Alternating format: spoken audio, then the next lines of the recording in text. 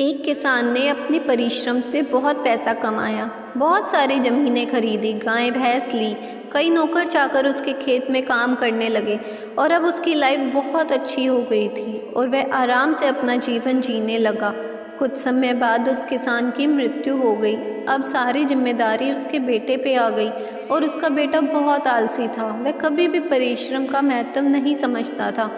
वह बस यही सोचता कि पिताजी ने तो सब बना ही दिया है, नौकर खेतों में काम कर रहे हैं, अनाज घर पहुंच जाता है, मुझे क्या ज़रूरत है काम करने की। काफ़ी समय तक ऐसा ही चलता रहा। फिर धीरे धीरे उसे नुकसान होने लगा, खेतों से कम अनाज आने लगा, गाय भैंसों के दूध में भी उसको मुनाफा नहीं होता था। अब वो लड़का थोड़ा परेशान होने लगा कि ऐसा ही चलता रहा तो कुछ समय बाद खाने पीने की भी दिक्कत होने लगेगी। एक दिन उस लड़के के घर उसके पिताजी के दोस्त आए।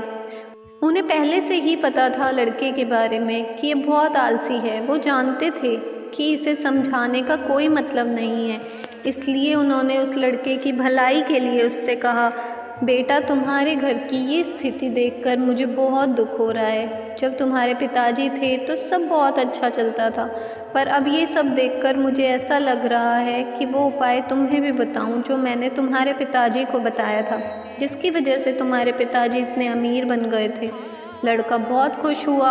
उसने कहा, कृपा करके मुझे भी बताइए, बस कोई मेहनत वाला काम मत बताइएगा।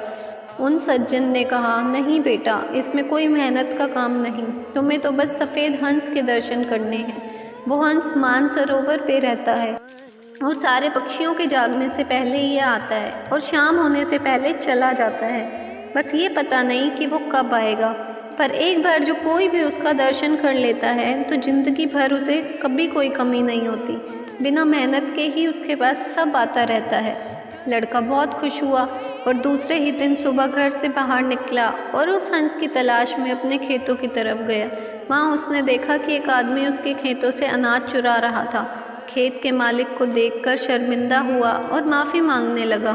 खेत से वापस लौटते समय अपनी गौशाला में गया।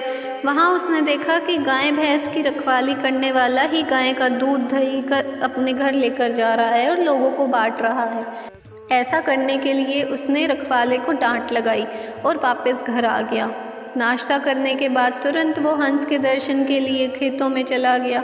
वहाँ पहुँच के उसने देखा इतना समय हो गया पर खेतों पे अभी कोई मजदूर नहीं आए हैं।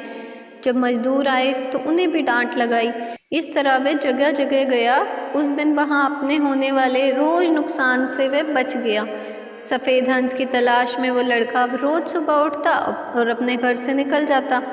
उसके डर से उसके मजदूर समय पर आने लगे और पूरे मन से काम करने लगे। उसके खेतों से और दूध के यहाँ से चोरी होनी बंद हो गई। पहले की तुलना में अब उसे मुनाफा होने लगा और उसकी आमदनी बढ़ गई। एक दिन उसके पिताजी के दोस्त फिर से उसके घर आए।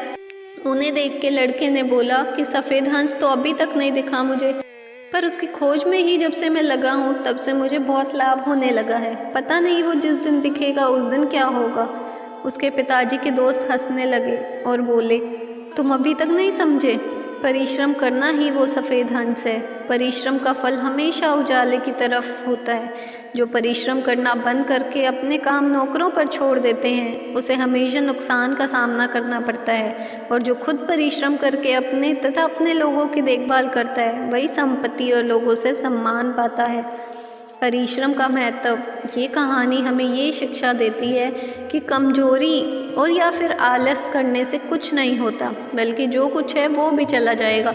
इसलिए हर इंसान को चाहिए कि अपना काम पूरी ईमानदारी और परिश्रम के साथ करें।